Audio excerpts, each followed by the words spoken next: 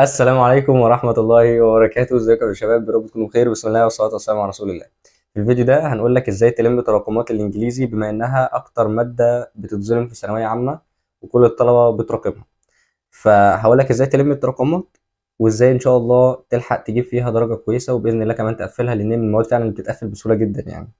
فتابع معايا كده خطوة بخطوة وان شاء الله هنقول لك حاجة تكون بإذن الله حل فعال ويكون مناسب ليك بإذن الله ان انت تقدر تظبط بيه الانجليزي.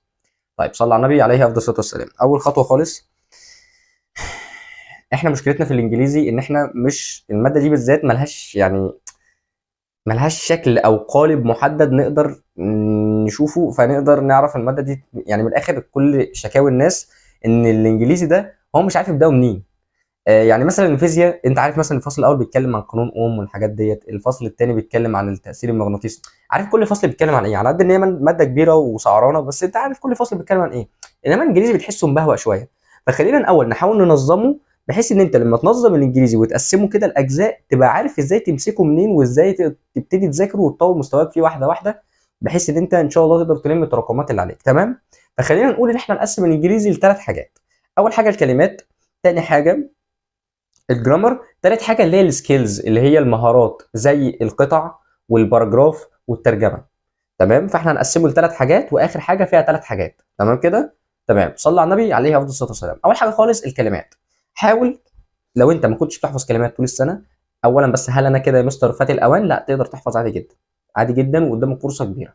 بص يا حبيب قلبي، هديك مثال بسيط. القران الكريم في ايه في سوره البقره اللي هي اسمها ايه الدين. لو بصيت على آية الدين ديت هتلاقيها حوالي 129 آية تقريبا أو 120 آية. الآية دي عبارة عن صفحة أو وجه كامل. الآية دي لو أنت جيت تحفظها ممكن ما تاخدش معاك ربع ساعة. اه والله، 129 كلمة. طيب أنا بقول لك ما تحفظش 129 كلمة، أنا بقول لك كل يوم احفظ 25 كلمة بس 25 كلمة كل يوم. جمع الكلمات اللي عندك كلها كده في الملازم اللي أنت راكنها من أول السنة، كل يوم تحفظ 25 كلمة بس بص، خلينا متفقين على سيستم في الحفظ. هتقعد تحفظ الكلمه بالتكرار، الكلمه الواحده تكررها من 5 ل 10 مرات لحد ما تحفظها، وتخش على الكلمه اللي بعديها. بعد ما تخش على الكلمه اللي بعديها ترجع تجيب الكلمتين. بعد ما تخش على الكلمه الثالثه ترجع تجيب اول ثلاث كلمات. بعد ما تحفظ الرابعه تجيب اول اربع كلمات. بعد ما تحفظ الخامسه تجيب اول خمس كلمات، وهكذا زي ما بنحفظ القران كده بالظبط. الطريقه دي هتلاقيها فعاله معاك جدا، وعلى فكره مش هتاخد وقت. يعني انت 25 كلمه على حسب قدرتك على الحفظ هتاخد منك من نص ساعه لساعه بالكتير. وساعه ان انت تديها للانجليزي في اليوم دي مش حاجه كبيره. تمام. طيب، يفضل الحفظ يكون في بدايه اليوم، مش لازم اول حاجه في اليوم بس يكون في بدايه يومك كده وانت بتركيزك، عشان الحفظ بتركيز مش هياخد منك وقت كبير. طب وبعد ما احفظ في بدايه اليوم، اخر اليوم اخر حاجه اعملها قبل ما انام ان انا اراجع الكلمات اللي حفظتها في اول اليوم. مهم جدا جدا جدا جدا جدا الموضوع ده، وصدقني الحاجات ديت على فكره مدروسه، مش بقول لك اي هبد وخلاص. يبقى انت في اول اليوم في بدايه تركيزك كده تحفظ 25 كلمه بالاسلوب اللي قلت لك عليه. بعد ما تحفظ واحده وتخش على الثانيه ترجع تجيب اول كلمتين وهكذا. يعني حفظ كده تحس ان هو تراكمي. في اخر اليوم خالص قبل ما تنام بتراجع عليهم تاني مراجعه سريعه. جيت تاني يوم هتحفظ ال 25 كلمه الجداد. قبل ما تحفظ ال 25 كلمه الجداد هتراجع تاني على ال 25 اللي قدام مراجعه سريعه. يبقى انت كده بتراجع مرتين، مره بالليل ومره تاني يوم قبل ما تبدا الجديد. صدقني الموضوع ده هيثبت لك الحفظ جدا، وهتقوم حافظ ال 25 كلمه الجداد، وعلى اخر اليوم هتسمعهم لنفسك قبل ما تنام. تالت يوم هتراجع على ال 50 كلمه بتوع اول يومين، وبعد كده تحفظ ال 25 كلمه الجداد وبالليل تراجعهم. رابع يوم هتراجع على 75 كلمه، هتراجع عليهم سريعا بالنظر كده في 5 10 دقائق. تمام. بس المراجعه دي هتفرق معاك جدا وهتخلي الكلمات تثبت في دماغك جدا. طيب احنا قدامنا، خلينا نقول ان احنا قدامنا شهر ونص. طبعا احنا قدامنا شهرين بس احنا نقول شهر ونص عشان انت في ليله الامتحان العربي هتتسحل ومش هتقدر تذاكر انجليزي قوي. فخلينا نقول ان احنا قدامنا 45 يوم. مستر هو انا لو عملت اللي انت بتقول لي عليه ده على مده 45 يوم هحفظ قد ايه؟ هتحفظ بتاع حوالي 1125 كلمه في الحدود ديت يعني. يعني هتكون معدي ال 1000 كلمه. وخلي بالك انت في الواقع اصلا في كلمات كتير انت حافظها بس انت بيتهيألك انت مش حافظ. فال 1000 كلمه دول هيفرقوا معاك جدا صدقني. تمام؟ تمام. فخلاص كده احنا قلنا بالنسبه لموضوع حفظ الكلمات. تاني حاجه الجرامر. الجرامر مفيش اسهل منه في الدنيا بس احنا اللي بنفتكره صعب. هو عشان بس كمنهج تحس ان هو كبير شويه. طب عشان انا اهدم الاحساس بان الجرامر كبير اعمل ايه؟ ابدا بالقواعد البسيطه والسهله، ابدا بالحاجات التافهه هتلاقيها خلصت معاك بسرعه جدا وهتحس ان الموضوع صفصف معاك على حاجات محدده، هي دي نقط ضعفي اللي هركز عليها في الفتره الاخيره، لان انت ما قدامكش غير شهر ونص. فبالتالي ابدا بالمضارع البسيط، المضارع المستمر، المضارع التام، بعد كده الماضي البسيط، ماضي مستمر، ماضي تام، بعد كده مستقبل بسيط، مستقبل مستمر، مستقبل تام، وحالات اف. كل الحاجات دي بتبقى حاجات سهله جدا. والباسيف اللي هي كانت يا ربي، اللي هي اللي مثلا يقول لك هي تولد مي مش عارف ايه، اللي هو الباسيف اللي انت بتتكلم للمجهول، ان يكون حد بيحكي حاجه. الحاجات دي كلها كانت سهله جدا وانت خدتها قبل كده، وبتعرف تفهمها بسهوله بفضل الله، وبتعرف ان انت تستنتجها بسهوله، بس انت اللي بيتهيألك ان انت مش فاهمها. الحاجات دي لو انت خلصتها، الحاجات دي خلي بالك اصلا، بص يعني ماده الانجليزي في العموم ممكن تخلص منك في اسبوع والله. هي اسهل ماده وسهله جدا، ولانها كلها عباره عن مهارات. تمام. فالمهم ان انت هتاخد القواعد السهله تسمعها في الاول بسرعه، هتصفصف معاك على بقيه القواعد اللي في المنهج اللي كانت صعبه بالنسبه لك. تكتبها كده كلها، انت بقى عارف منهجك، وتبتدي تسمع فيها واحده واحده، تحط لنفسك جدول كده او خطه تسمع بيها شرح القواعد بقى الصعبه اللي انت مش عارفها. فهتلاقي الموضوع صفصف معاك على حاجه بسيطه، وهتلحق تخلصهم في الشهر ونص باذن الله. تمام. تمام، يبقى احنا كده قلنا الكلمات وقلنا الجرامر. طيب، رقم 3 احنا قلنا السكيلز او المهارات. دول 3 حاجات: القطعه، الباراجراف، الترجمه. تمام. الثلاثه مفيش ابسط منهم. القطعه هقول لك حاجه بسيطه، حاول في الاسبوع تحل من 3 ل5 قطع، براحتك بقى. عاوز تحل قطعه كل يومين، عاوز تحل قطعتين كل يومين، نفسك حليت 6 قطع في الاسبوع، بس لازم تحل قطع كتير. طيب، اجيب الحاجات دي منين يا مستر؟ يعني كل اللي انا هقوله لك دلوقتي في السكيلز معتمد على الحل، هي مهارات. فانت معتمد ان انت تقعد تحل وتكتسب المهارات ديت. فلازم يكون معاك مذكره مدرس موثوقه. لو انت مش بتاخد مع مدرس بيعمل مذكره كويسه، اسال زمايلك على مدرس بيعمل مذكره كويسه. وانا عن نفسي اعرف ان اختي كانت بتاخد مع مدرس اسمه انجليشاوي، ده كويس جدا، مذكرته كانت بتبقى حلوه فعلا، وكان بيجمع حاجات كويسه جدا جدا جدا يعني. في مدرسين تانية كتير، بس انا بقول اللي انا اعرفه، يعني مش بقول لك دوت لازم تروح له، انا بقول اللي انا اعرفه كمثال يعني. تمام. فهات مذكره مدرس موثوقه، وابتدي حل منها قطع كتير. تمام. زي ما قلت لك، ممكن تحل قطعه كل يومين، او كل يومين تحل قطعتين، القطعه مش تاخد معاك وقت كبير انت تحلها يعني. طيب، وانا بحل القطع استفاد ايه او اركز على ايه؟ اول حاجه تحاول تركز على الكلمات الجديده، وتحاول تركز على السياق، تتعلم حاجه اسمها السياق. ايه هي السياق؟ في القران احيانا وانا قاعد بقرا، في كلمه تكون شكلها غريب انا مش فاهمها، بس في سياق الكلام، في سياق الايه، في الموضوع اللي الايه بتتكلم فيه، انا فهمت الكلمه دي معناها ايه.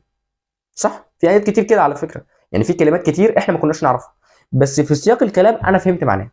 نفس الفكره في القطع. وانت قاعد بتحل قطع، حاول تتعلم السياق، لان هو هيتعمد دايما، وحتى اخر السنه هيتعمد انه يحط لك كلمه انت ما تعرفهاش. لازم يعملها، يحط لك كلمه انت ما تعرفهاش. الكلمه اللي انت ما تعرفهاش دي هتفهم معناها ازاي؟ في سياق الكلام، شوف هو بيتكلم في ايه، وانت هتفهم معنى الكلمه دي. فانت حاجتين لازم تكتسبهم من حل القطع: الكلمات الجديده وسياق الكلام، تتعلم ازاي تعرف الكلمه في سياق الكلام. تمام كده؟ تمام.